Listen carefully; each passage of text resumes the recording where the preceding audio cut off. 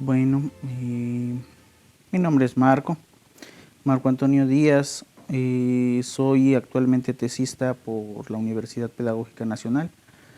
No tenía la intención de hacer tesis, no tenía la intención de continuar con lo que son los estudios universitarios, ni tampoco tenía como aspiraciones en cuestiones laborales, porque considero que se maneja mucha corrupción en lo que son los trabajos de gobierno.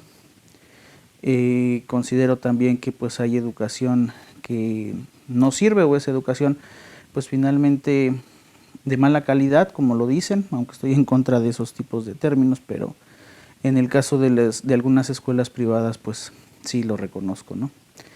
Esto lo menciono como parte del contexto porque esos fueron los puntos por los cuales yo salí de la Ciudad de México, aunque, ¿cómo decirlo?, no esperaba llegar aquí, sino simplemente abandonar pues todo lo que tenía.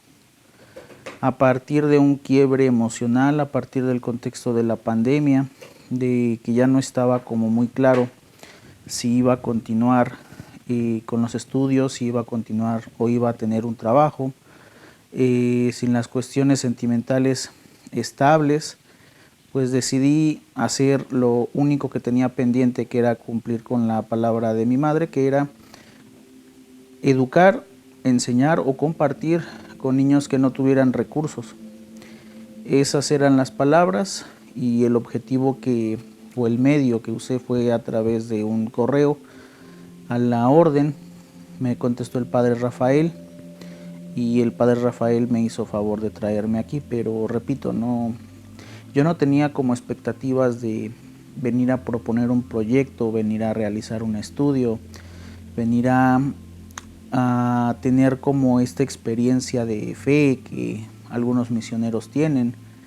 De hecho, curiosamente, en todos los lados donde he estado me han dicho como tú no eres parte de, ¿no? En cuestiones laborales, en cuestiones de incluso de amistades, relaciones de pareja, todos los grupos tengo esa peculiaridad, ¿no? Que me acentúan el tú no eres parte de. Entonces también esta no fue la excepción.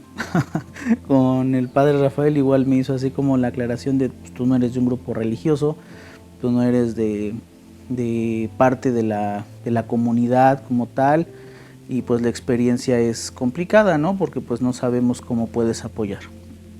Lo que fueron 3 días se transformó ya en un año, 6 meses, y bueno, pues aquí seguimos con estos proyectos o esta experiencia. Cuando llegué aquí a la sierra, pues emocionalmente estaba mal, sentimentalmente, no sé cómo expresarlo, mentalmente, fisiológicamente también. Por los problemas y el estrés en el trabajo, comencé a desarrollar problemas de gastritis, colitis, y era un caos, ¿no? Ya me querían operar como 2, 3 veces en la ciudad antes de venir. Y también en las cuestiones emocionales, pues venía muy tenso, venía muy cargado. Y el padre, recuerdo que me venía comentando en la camioneta un poco antes de entrar a la Interserrana. Ya habíamos entrado, estábamos en el puente de San Marcos, y comenzó a explicarme, ¿no?, que el ambiente de la sierra era muy hostil, que el ambiente de la sierra era diferente a lo que yo estaba acostumbrado y todo eso. Pero yo recuerdo que cuando entré crucé este puente, el puente de San Marcos, sentí mucha paz, ¿no? Porque fue ver a las montañas, fue ver la neblina. Entonces incluso venía muy tenso. Cuando pasa este puente, sentí como una liberación, ¿no? Y eso que decían otras personas, que era un ambiente hostil, que era un ambiente complicado, a mí se me hizo un ambiente muy acogedor. Y finalmente, pues con el padre Eduardo, superior de aquí de la comunidad, pues igual poco a poco me fue explicando, me fue complementando con algunas cosas, compartiendo sus experiencias como formador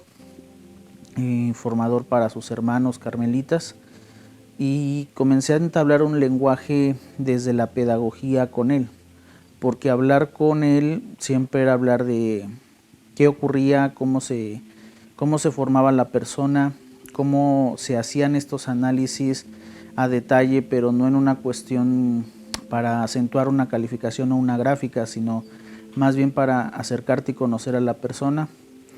Estas pláticas también eran de cuestiones de trabajo, o sea, cuál es el sentido del trabajo, cuál es el sentido de las tareas que se realizan de manera cotidiana, y entonces eso me sirvió mucho porque pues al principio sí no los entendía en la forma en la que se expresaban, era un lenguaje diferente como hablan los sacerdotes, y más cuando hay solamente sacerdotes religiosos, era así como que no les entiendo nada, ¿no? Entendía lo superficial, decir la Eucaristía, que pues yo me imagino que las personas lo conocen, los que son católicos. A mí se me complicaba porque no entendía todo lo que englobaba la Eucaristía, ¿no? O sea, todo el ritual que conlleva, todos los pasos, lo que ya está ahí. Cuando se habla, se dice, lleva esta misma carga en cuanto a las disciplinas, en cuanto a las conductas. Decir que compartir este proceso pues no es nada más lo que yo me imaginaba, ¿no? Que era ir a la iglesia y punto. O sea, compartir la Eucaristía para mí era eso, pero desde que comencé a hablar con eso vi que es todo lo que hay detrás de la Eucaristía o lo que significa la Eucaristía, y es lo que finalmente se comparte. Entonces esa llegada fue como un proceso de desprenderme de todo lo que traía, lo que me molestaba, y pues finalmente comenzar a entablar un diálogo desde la pedagogía, desde los términos que yo conocía para poder explicarle a ellos lo que me estaban explicando y viceversa, ¿no? Entonces ese intercambio me pareció bastante rico, bastante interesante en cuestiones de pedagogía, y así comenzamos a trabajar. A partir de eso, que se entabló como ese discurso de ver cómo los sacerdotes tenían esa preocupación por las tareas de la parroquia en sus planes, por las tareas de los catequistas, por las tareas de los talleres que se daban, pues viene también esa propuesta, ¿no? ¿Qué voy a hacer aquí? ¿Cómo lo voy a hacer? ¿Y para qué va a ser, ¿no? Una de esas situaciones fue ver la realidad de los niños en la sierra, la realidad de los niños, de los jóvenes acá, una realidad que ni siquiera aparece en los libros, una realidad que parece estar detenida en el tiempo en muchas situaciones, pero a la vez se conecta con el futuro. Me contaban los padres que tienen apenas 2 años con celular, no tenían las antenas, las repetidoras, no había señal de telefonía celular aquí, por ende no había internet, solamente había teléfono, apenas hace 2 años. O sea, estamos hablando que estas experiencias con los teléfonos móviles, pues apenas las están teniendo, ¿no? Y eso es lo que me impactó, ver cómo en ese proceso de 2 años, yo llegué 1 año después, por así decirlo, de que ellos ya tenían teléfono, ver cómo los niños perdían tradiciones, perdían su manera de comunicar, pero a la vez también comenzaban a conocer situaciones del mundo externo. Se me hizo bastante curioso. En temas de fe, yo recuerdo de mis experiencias de catequesis que eran bastante aburridas, que eran cuestiones que no me aportaban nada, simplemente era leer un librito, interpretarlo, aprenderte la oración y ya, pero la interpretación no era desde tu mundo, ¿no? O sea, era desde ese contexto histórico que tenías que aprenderte pueblos que ni siquiera imaginaba en dónde quedaban, o pueblos que ya ni siquiera existen, pero todavía está la ubicación geográfica. Ese tipo de situaciones comenzaba a observarlo en los niños. También los problemas de alcoholismo, problemas de niños de 11 años, 12 años que fuman, que beben, que se drogan. 12 años. Lo que yo pensé que allá en la ciudad era una imposibilidad, aquí resultó ser la realidad, ¿no? Claro, no todos, pero sí hay casos donde se presentan ese tipo de cosas y repito, eso no aparece ni en los libros ni en las estadísticas.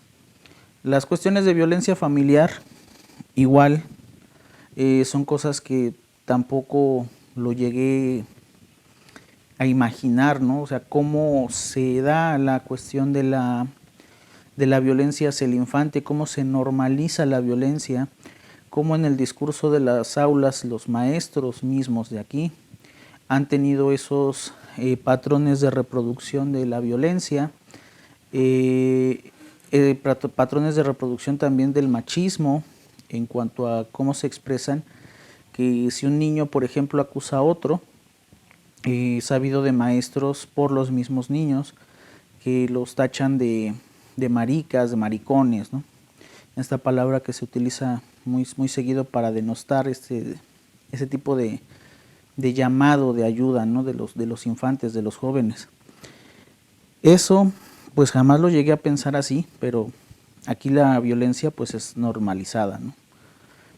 Pero también a la par, ante un panorama tan digamos que surrealista, comencé a ver después de las charlas con los padres, después de estar leyendo sus vivencias acá, después de estar platicando con varios de ellos, vi que había patrones que las personas como tenían ya muy enraizados, ¿no? Que eso provenía también pues del carisma carmelitano. Yo no sabía qué era el carisma, pensé que carisma era una persona alegre, empática y sociable, pero ya después el comprender cómo a través del ejemplo de los santos, de las santas, de los místicos, de la orden, de estas cuestiones eclesiales, de las recomendaciones eclesiales, del Vaticano, de la diócesis, de las juntas de decanato, o sea, todo ese tipo de situaciones, cómo van estructurando lo que es una forma de ser, ¿no? Los frailes carmelitas tienen muy presente, muy conscientes de esto y lo pueden expresar, ¿no? ¿Qué significa acompañar? ¿Qué significa orar? ¿Qué significa escuchar? ¿Qué significa entregarte al otro o regalarte al otro? Son términos que he escuchado muy repetidamente que tienen toda una tradición, por así decirlo, en el Carmelo, ¿no? Esto que comencé a ver con los niños y jóvenes, algunas tesis que leí también de Max Ferrer, antropólogo, y ahí comencé a ver cómo estos procesos de permanencia y resistencia que menciona el antropólogo, cómo esta cultura y tradición de las danzas, lo que se conoce como historia popular, la tradición oral de los vecinos de aquí o los habitantes, junto con lo que son los carismas o el carisma carmelitano, hacían como una especie de tejido social, ¿no? Que bueno, muchos sociólogos van a decir que pues eso ya se había visto desde antes, solamente que en pedagogía pues no se veía, y aquí lo comencé a ver ya en vivo, ¿no? O sea, cómo incluso se copiaban las palabras y las formas de hablar, los gestos, la forma de caminar, la forma de comer, la forma de arreglar los lugares. Ese proceso de transferencia en varias situaciones se veía. Después de observar todo eso, decidí comenzar con un proyecto de formación para catequistas, donde quitáramos esa parte aburrida. Pero ahí surgió otra problemática. Más allá de las necesidades de la misma catequesis, de lo que se puede esperar o lo que se está como, ¿cómo le podríamos llamar? Llamado a ser el catequista, la vocación del catequista, más allá de la vocación del catequista. Cuando yo platicaba con ellas, con ellos, veía personas que se involucraban más allá del proceso evangelizador. Generaban acciones que tenían un impacto social, económico y hasta político. Se organizaban con las personas, desarrollaban habilidades empáticas, trabajaban habilidades sociopolíticas para comunicarse, llegar a acuerdos, estructurar ideas, y generaban también grupos donde se formaran o músicos o danzantes. Esto como parte del coro o parte de las danzas típicas de la región, ¿no? No era un catequista como el que yo recordaba o yo tuve en algún momento, que ibas a un saloncito y te explicaba las cosas. Bueno, yo ni siquiera tenía salón, a mí me explicaban en el patio de la iglesia, ¿no? Si hacía frío ya te amolaste, tenías que estar ahí con la catequista escuchándolo y durmiéndote a la vez, ¿no? Pero aquí los catequistas tenían otra función, tienen otra función social, tienen otros roles sociales. Hacen sus tareas, digamos, sus responsabilidades como cualquier otra persona de aquí. Cumplen con ellas, van al campo, cocinan, trabajan, pero también tienen como esas ganas de prepararse, de motivarse. Lo primero que he visto en ellos es ese deseo por aprender, el deseo por querer perfeccionar esa parte de sí mismos para poderlo transmitir. Eso lo menciono y lo destaco porque no es el común. Si yo fuese directamente a la teoría pedagógica y quisiera comparar un maestro en su formación, en los cursos que les dan, en las leyes, todo el cuerpo jurídico que hay alrededor, todas las herramientas que hay para su formación, no se compara con la de estos catequistas indígenas, porque mientras los docentes o los catequistas también en las ciudades tienen estos recursos a su disposición, aquí en la sierra no hay nada. Entonces me sorprendía eso, ¿no? Cómo eres capaz que aprenden, o cómo son capaces más bien, perdón, de aprender las personas aquí, si no hay alguien que les vaya guiando, si no hay un material como tal. Incluso no está ni siquiera traducido al totonaco, ellos son los que lo traducen al totonaco, ¿no? Estos ejercicios de interpretación también son muy comunes acá. Y entonces pasó eso, ¿no? Se crea un objeto de investigación porque empiezan a surgir preguntas que empiezo a comparar con la teoría que ya existe en eso, en formación, en talleres, en capacitación, entre comillas, para docentes, para tratar de sacar como las dimensiones de lo que era la propuesta de formación de catequistas, y pues no, estaba rebasada en ese sentido.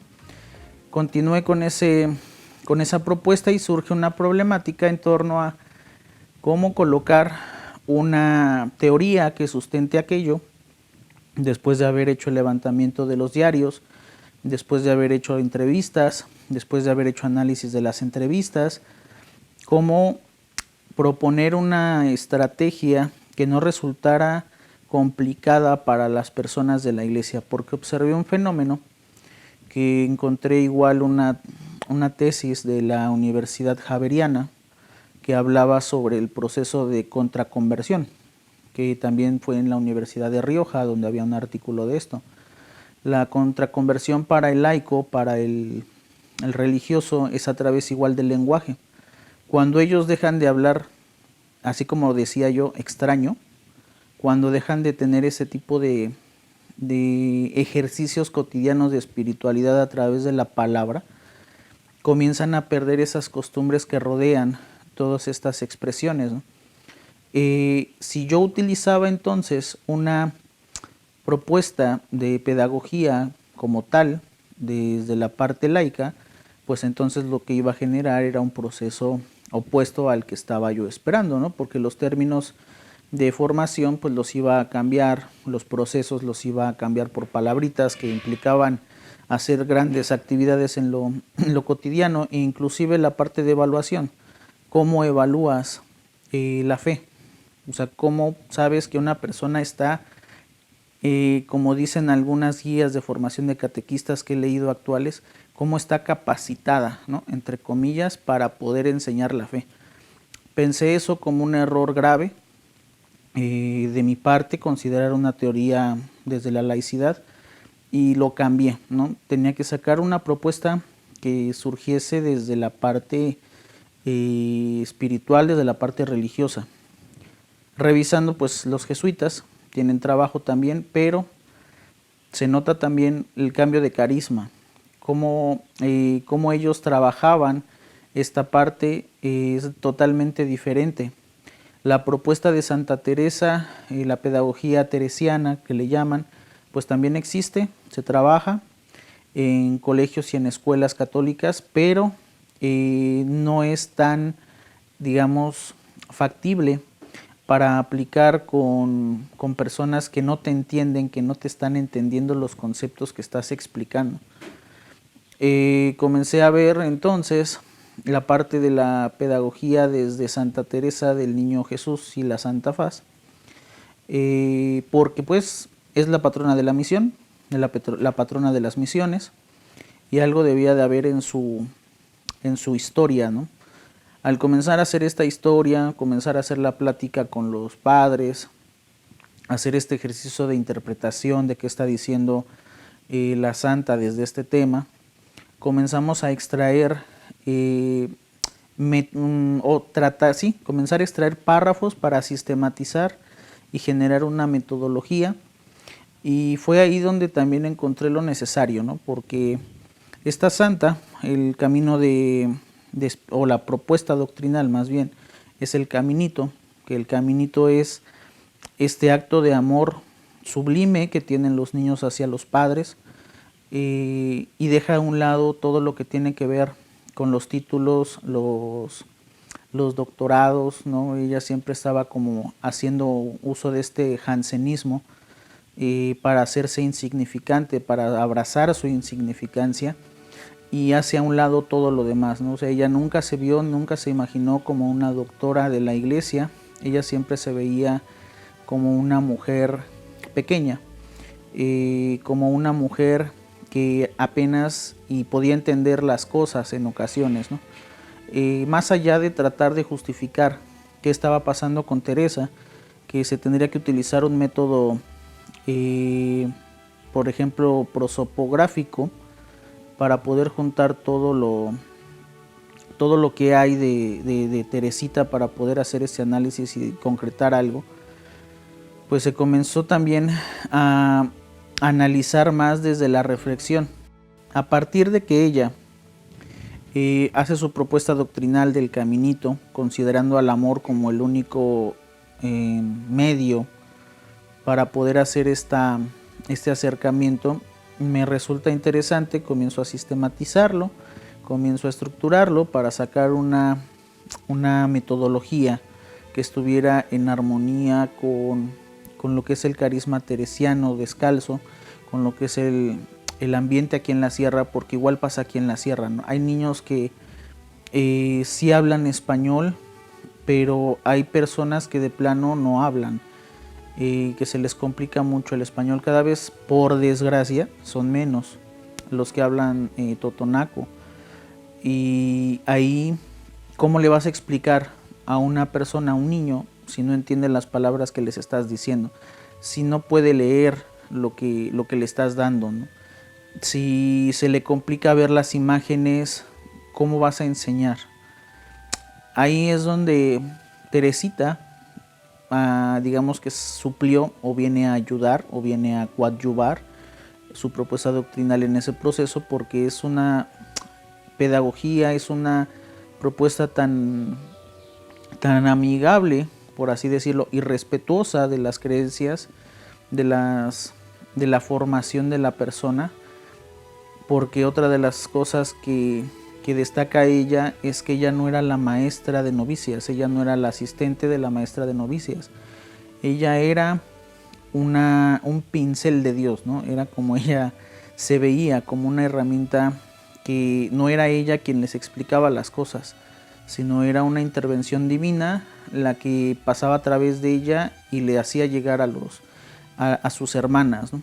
Este acto también vino como a apuntalar eso, a esa metodología, porque si bien siempre se ha hablado de las figuras docentes, de los vínculos, siempre dejamos de lado esta parte de cómo la persona aprende realmente. Aprende por su cuenta propia, que muchos teóricos han dicho que no. Aprende por por la interacción con otros o la interacción con un maestro. Igual muchos teóricos se han postulado de ese lado, ¿no? Incluso hay teorías pedagógicas que hablan de estos acompañamientos. Vygotsky, el constructivismo, precisamente habla de este acompañamiento y de ese llevar a la persona, pero se deja de lado esa pequeña interacción consigo mismo, como si fuese una mirada, ¿cómo decirlo?, en retrospectiva, no sabría especificar todavía, ¿no? Es como si te vieras la nuca, o como si estuvieras viéndote a ti actuar y a partir de ahí tú sacaras provecho o teorizaras lo que está pasando y estás haciendo, ¿no? Eso se deja de lado. A eso Teresita le da la cualidad o el carácter divino, ¿no? Ella lo llama Espíritu Santo, sin mencionar pues toda la escuela y tradición que hay en el Carmelo Descalzo con respecto a esta fenomenología. Es una de las cunas de la fenomenología, por cierto, y se da precisamente ese complemento, ¿no? Cómo la persona aprende sin este acompañamiento, sin esta interacción, sino gracias a un agente divino. Todos los demás somos herramientas, somos medios que Dios escoge para poder hacer este encuentro. Eso me pareció súper importante, porque es reflexionar y repensar desde otra dimensión a la relación en el aula, a la relación en los espacios educativos, incluso en las comunidades, o sea, en espacios abiertos.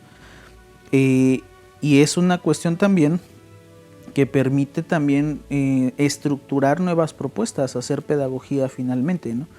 Que tanta falta hace para aquellas personas que necesitan construirse a partir de ahí. Ahora bien, de esta propuesta, esta sistematización de Teresita, vino la implementación de un grupo piloto para ver cómo se estructuraba, cómo caminaba esa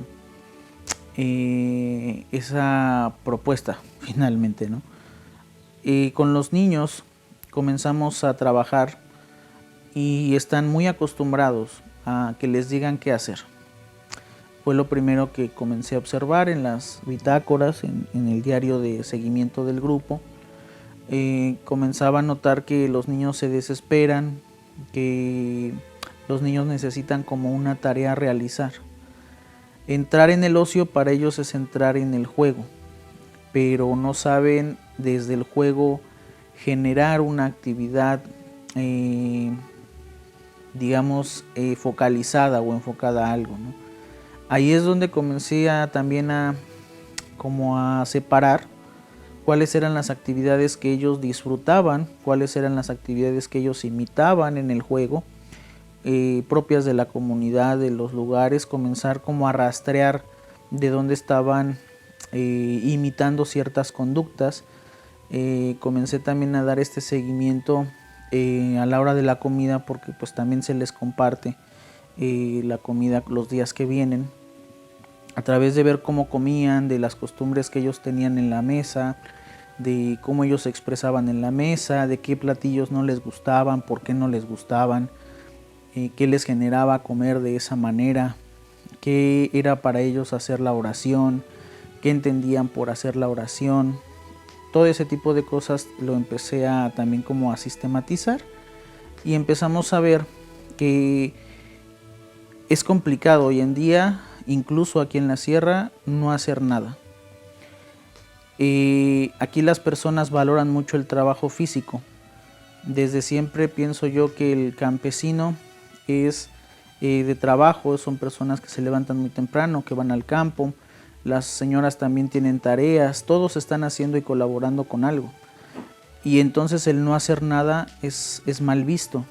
Desgraciadamente esto no entra en tensión con las actividades escolares, porque pues leer no requiere una actividad física, no es pararte a hacer o construir algo, es estar ahí sentado leyendo, comprendiendo lo que estás o imaginando lo que estás leyendo. Pero para estos niños se les complicaba mucho el no hacer nada. Lo que comenzamos a hacer pues fue hacer uso también de esta tradición que existe en las comunidades indígenas, que era organizarse y trabajar en grupo, a partir de la organización, a partir de que ellos supieran sus necesidades, sus estados de ánimo, que se conocieran en sus casas, que conocieran cómo vive el otro, que conocieran los problemas cotidianos del otro niño. Comenzamos a poner estas actividades de ¿y tú qué quieres hacer? ¿O tú qué harías con tal problema? Y los niños comenzaron poco a poco a ir organizándose entre ellos para poder hacer algo con lo que tenían en su entorno. Me dio mucho gusto cuando casi sin que yo se los dijera, se organizaron para ver una película un domingo.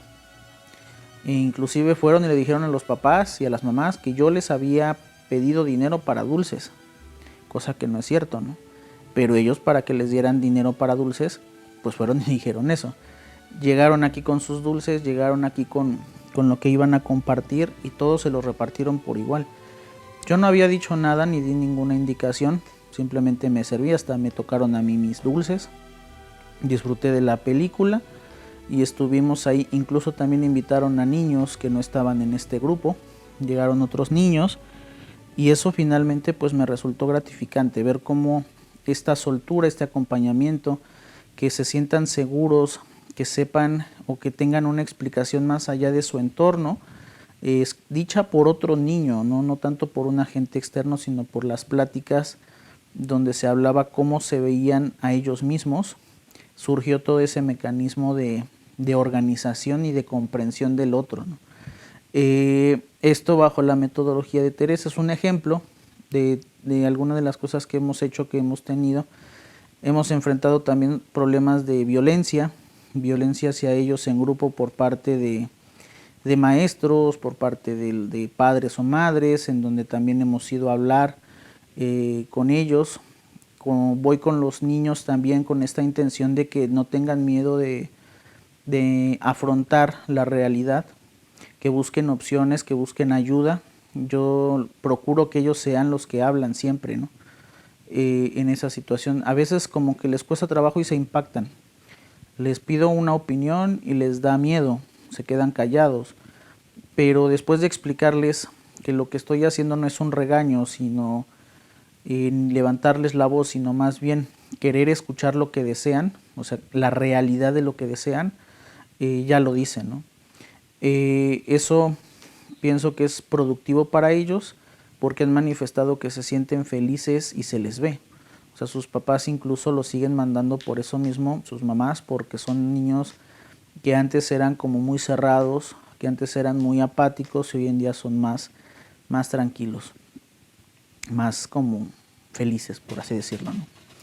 En conclusión de todo lo que es este trabajo, este proyecto pues se hizo finalmente tesis, se hizo finalmente una propuesta de investigación, se generaron bases para poder tener este encuentro con los niños y se generó también la necesidad pues de tener como la integración de la comunidad para poder mantener estos grupos, que en experiencias pasadas, por mencionar algo, la UPN Puebla, la UPN 211, cuando hice la investigación en el 2007, tuvieron una experiencia que le llamaron comunidades de aprendizaje.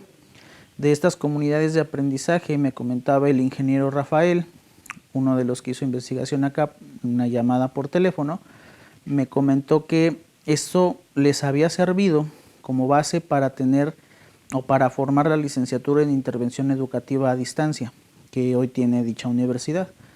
Eso también me parece interesante porque pues a través de esto que se está fomentando en los grupos con los niños, de este trabajo en la catequesis, pues se ha propiciado, se ha dado paso a que tengamos estas nuevas rutas o estas vetas en cuanto a trabajo de investigación. Y pues bueno, de mi parte sería todo. Agradezco a los frailes la estancia en la sierra, agradezco a las personas de las comunidades por compartirme la confianza que han tenido de permitirme trabajar con sus niñas, con sus niños. Agradezco también el esfuerzo que implica para los niños el abrirse sin tener estos miedos o estos temores. También los quiero mucho a los niñitos que han colaborado. Cómo no generar este vínculo.